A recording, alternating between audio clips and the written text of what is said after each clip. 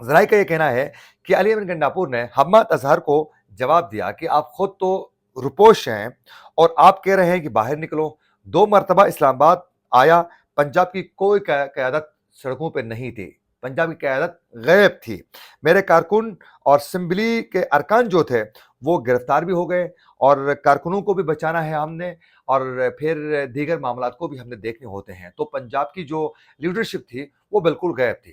اچھا, یہ علی احمد گنڈاپور کی یہ بات بالکل درست ہے کہ جب اسلام آباد میں ڈی چوک میں پاکستان تحریک انصاف کی جانب سے احتجاجی مظاہرہ کیا جا رہا تھا تو اس وقت ہم نے خود دیکھا کہ مرکزی لیڈرشپ سمیت پنجاب کی کوئی بھی لیڈرشپ جو ہے وہ نظر نہیں آ رہی تھی.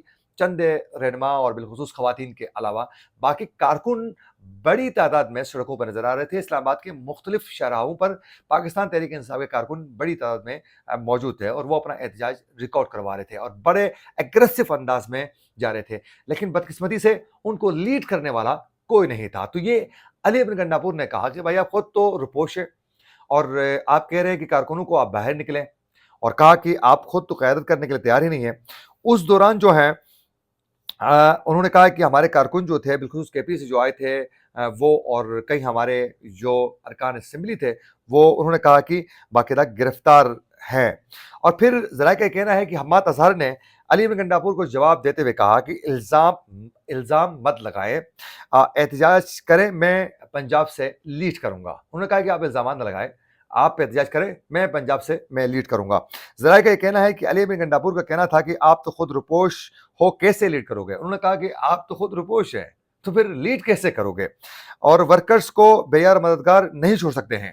اب یہ کون کہہ رہا ہے؟ علی احمد گنڈاپور کہہ رہا ہے. اب یہ وہی شخص ہے جو کہہ رہا ہے کہ ہم کارکنوں کو بے یار مددگار نہیں چھوڑ سکتے ہیں. یہ بھی ایک حقیقت ہے کہ جب اسلام آباد ڈی چوک میں پاکستان تحریک انصاف کے کارکن احتجاج کر رہے تھے, بالخصوص کے پی سے آنے والے کارکن بڑے متحرک تھے, بڑے وہ ایک زبردست حوصلے کے ساتھ, پیور وہ جذبات کے ساتھ جب وہ احتجاج کر رہے تھے تو علی احمد گنڈاپور صاحب جو ہے وہ چینا چوک سے غائب ہو گئے اور وہاں سے پھر غائب ہو کر وہ پہنچ گئے کے پی ہاؤس. کے پی ہاؤس سے 24 گھنٹے غائب رہنے کے بعد اچانک کے پی اسمبلی میں نمودار ہو گئے. تو یہ وہ شخص کہہ رہا ہے کہ ہم کارکنوں کو بے یار مددگار نہیں چھوڑ سکتے ہیں. حالانکہ خود چھوڑ کر چلے گئے تھے اور رات 12 بج کے بعد ہم نے سڑکوں پر دیکھا کہ کے پی سے آئے ہوئے کئی جو کارکن تھے, میں نے باقاعدہ ان کا ایک ویڈیو بھی ریکارڈ کیا تھا, آپ دیکھ سکتے ہیں, موجود ہے ہمارے پروگرام کی شکل میں. باقاعدہ وہ کارکن سڑکوں پر بے یار مددگار تھے اور رات بھر وہاں وہ ادھر ادھر سڑکوں کے کنارے اور پھر کسی گھاس میں وہ لیٹے ہوئے ہم نے دیکھا ہے. تو یہ خود بھاگ چکے ہیں, یہ دوسروں کو کہہ رہے ہیں. اچھا, پھر اس دوران علی احمد گنڈاپور نے اس کو کہا کہ آپ خود رپوش ہے, کارکنوں کو بے یار مددگار ہم چھوڑ نہیں سکتے ہیں. صوبے کی مشینری سامان یہاں کے ملازمین کے ساتھ وفاق کے پاس ہے. ملازمین کو بھی اور کئی ہمارے سامان بھی ضبط ہو چکی ہے اور پھر وفاق میں ہیں, اور ہم نے تو اس طرح فائٹ کیا, وہ یہ شو کرنا چاہ رہے تھے. ذرائع کا یہ کہنا ہے کہ حماد اظہر نے جواب دیا کہ آپ کی گفتگو کا انداز سیاسی, اخلاقی اور تہذیب سے ہونا چاہیے. اگر اختلاف ہے تو تضحیک آمیز الفاظ مت استعمال کریں, آپ تانے نہ دیں. ورکرز کو آپ بھی چھوڑ کر ڈی چوک سے فرار ہوئے تھے. یہ انہوں نے موقع پر ہی انہوں نے ایک زبردست چوٹ ماری ہے کہ آپ بھی خود بھی تو بھاگے تھے. اچھا, اس میں بھی کوئی دو رائے نہیں ہے کہ حماد اظہر بھی تو ڈی چوک میں موجود نہیں تھے اس دن, اور نہ تو انہوں نے لیڈ کی ہے, وہ بھی تو رپوش ہے, اس میں کوئی دو رائے نہیں ہے, کیونکہ بتایا جا رہا ہے کہ اس کی جان کو بھی بہت زیادہ خطرہ ہے, تو لہٰذا وہ رپوش ہی ہے.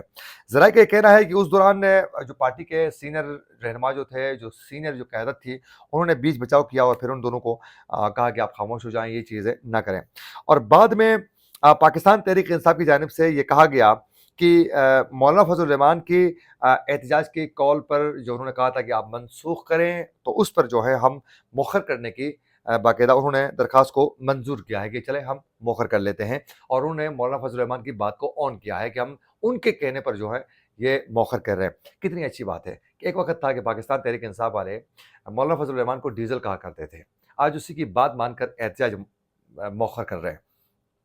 اچھا, اس کے ساتھ ساتھ ذرائع کا یہ کہنا ہے کہ علی احمد گنڈاپور نے احتجاج مؤخر کرنے کے لیے عام شخصیات سے رابطے سے بھی کمیٹی کو آگاہ کیا یہ کہا کہ انہوں نے واضح کر دیا کہ احتجاج مؤخر کرنے کے لیے عام شخصیات کے رابطوں سے بھی کمیٹی کو وہ آگاہ کر چکے ہیں۔ اور بیرسٹر گوہر سے جب پوچھا گیا بعد میں بالخصوص علی بن گنڈاپور اور حماد اظہر کی لڑائی کے حوالے سے، تو انہوں نے کہا کہ یہ تشویش کا اظہار کر رہا ہوں میں کہ پارٹی کے اندرونی معاملات کو کون اس طرح باہر لے کے آ رہا ہے۔ تو انہوں نے اس پر موقف دینے سے انکار کیا کہ اس میں کوئی بات کرنا نہیں چاہ رہا ہوں۔ اچھا، ساتھ ساتھ ایک جانب شنگھائی تعاون تنظیم کے اجلاس کو جاری ہے، دوسری جانب حکومت کی جانب سے اس وقت آئینی ترمیم کے لیے بھی باقاعدہ موقع کی مناسبت کو مدنظر رکھتے ہوئے اور بالخصوص چیف جسٹس قاضی فائز عیسیٰ کی ریٹائرمنٹ سے پہلے ہی ایک بار پھر آئینی ترمیم کے معاملے کو لے کر ایک زبردست طریقے سے گیم کو آگے چلانے کے لیے 18 اکتوبر کو قومی اسمبلی کا اجلاس طلب کرنے کا باقاعدہ امکان ظاہر کیا جا رہا ہے، اور ذرائع کا یہ کہنا ہے قومی اسمبلی کا اجلاس 18 اکتوبر کو 3 بجے طلب کرنے کا امکان ہے، اور جس میں 26ویں آئینی ترمیم پیش کی جائے گی، یہ ذرائع کا یہ کہنا ہے۔ دوسری جانب آئینی ترمیم کے سلسلے میں پیپلز پارٹی کے چیئرمین بلاول بھٹو نے جے یو آئی فے کے امیر مولانا فضل الرحمان کے درمیان ملاقات آج متوقع ہے، یہ کسی وقت بھی ملاقات ہو سکتی ہے، اور معاملات کو لے کر وہ اتفاق رائے کی طرف جا سکتے ہیں۔ بلاول بھٹو کی جانب سے بالخصوص آئینی جو عدالت ہے اس میں اتفاق رائے پیدا کرنے کے لیے وہ ہر ممکن کوشش وہ کر رہے ہیں، اور وہ چاہ رہے ہیں کہ آئینی ترمیم جو ہو، لیکن جو ہم نے آئینی جو عدالت بنانی ہے وہ باقاعدہ سب کے سب کو اعتماد میں لے کر سب کو لے کے آگے بڑھ کے بنایا جائے تو وہ بہتر رہے گا۔ تو وہ کوششیں تیز کر رہے ہیں، انہوں نے باقاعدہ اپنا ڈرافٹ بھی پبلک کر کے عوام سے بھی انہوں نے باقاعدہ اس پر اپنی رائے انہوں نے مانگی تھی۔ تو یوں اب بہت جلد حکومت آئینی ترمیم کے اوپر جو ہے وہ ایک زبردست سے اپنا ایک موقف کے ساتھ گراؤنڈ میں اترنے کے لیے تیاریاں مکمل کر چکی ہے، کیونکہ مولانا فضل الرحمان کی جانب سے بھی کہا گیا ہے کہ ہم آئینی ترمیم کے معاملے پر بالکل ہی ہم اس وقت جو ہیں اتفاق رائے قائم ہونے کے بالکل قریب پہنچ چکے ہیں، لیکن پاکستان تحریک انصاف ابھی تک نہ تو اپنا مسودہ پیش کر چکی ہے آئینی کمیٹی میں، اور نہ تو وہ اس معاملے میں ابھی تک اپنا کوئی موقف واضح کر پائی ہے، کیونکہ عمران خان کے ساتھ ملاقات نہیں ہو رہی ہے تو وہ موقف بھی واضح نہیں کر پا رہے۔ اچھا، شنگھائی تعاون تنظیم کے اجلاس کے حوالے سے ناظرین اگر بات کی جائیں تو اس وقت زور و شور سے جاری ہے۔ آج مہمانوں کے آنے کا سلسلہ تقریباً مکمل ہو چکا ہے، اور بتایا جا رہا ہے کہ اب سے کچھ دیر پہلے روس کے وزیر اعظم سمیت ان کا وفد بھی پاکستان پہنچ چکا ہے۔ انڈیا کے وزیر خارجہ بھی اس وقت پاکستان پہنچ چکے ہیں، جے شنکر بھی، اور اس کے ساتھ ایران اور پھر تاجکستان، کرغزستان سمیت دیگر ممالک کے تقریباً 200 وفود جو ہیں وہ اسلام آباد پہنچنے والے ہیں۔ تقریباً آج رات تک تقریباً سارے پہنچ جائیں گے، اور پھر رات کو وزیر اعظم کی جانب سے عشایہ بھی دینا ہے، اور کل یہ اجلاس باقاعدہ شروع ہونے والا تھا۔ یہ پاکستان کی تاریخ میں ایک بہت بڑا ایونٹ ہونے جا رہا ہے، اور اسلام آباد کو مکمل سیل کر کے اس وقت اس ایونٹ کو کامیاب بنانے کی ہر ممکن کوشش کی جا رہی ہے۔ تو یہ اعزاز کی بات ہے پاکستان کے لیے کہ اتنے بڑے ایونٹ کو پاکستان ہوسٹ کر رہا ہے۔ اسی کے ساتھ اپنے میزبان عاقل حسین کو دیجیے اجازت۔ اللہ نگہبان۔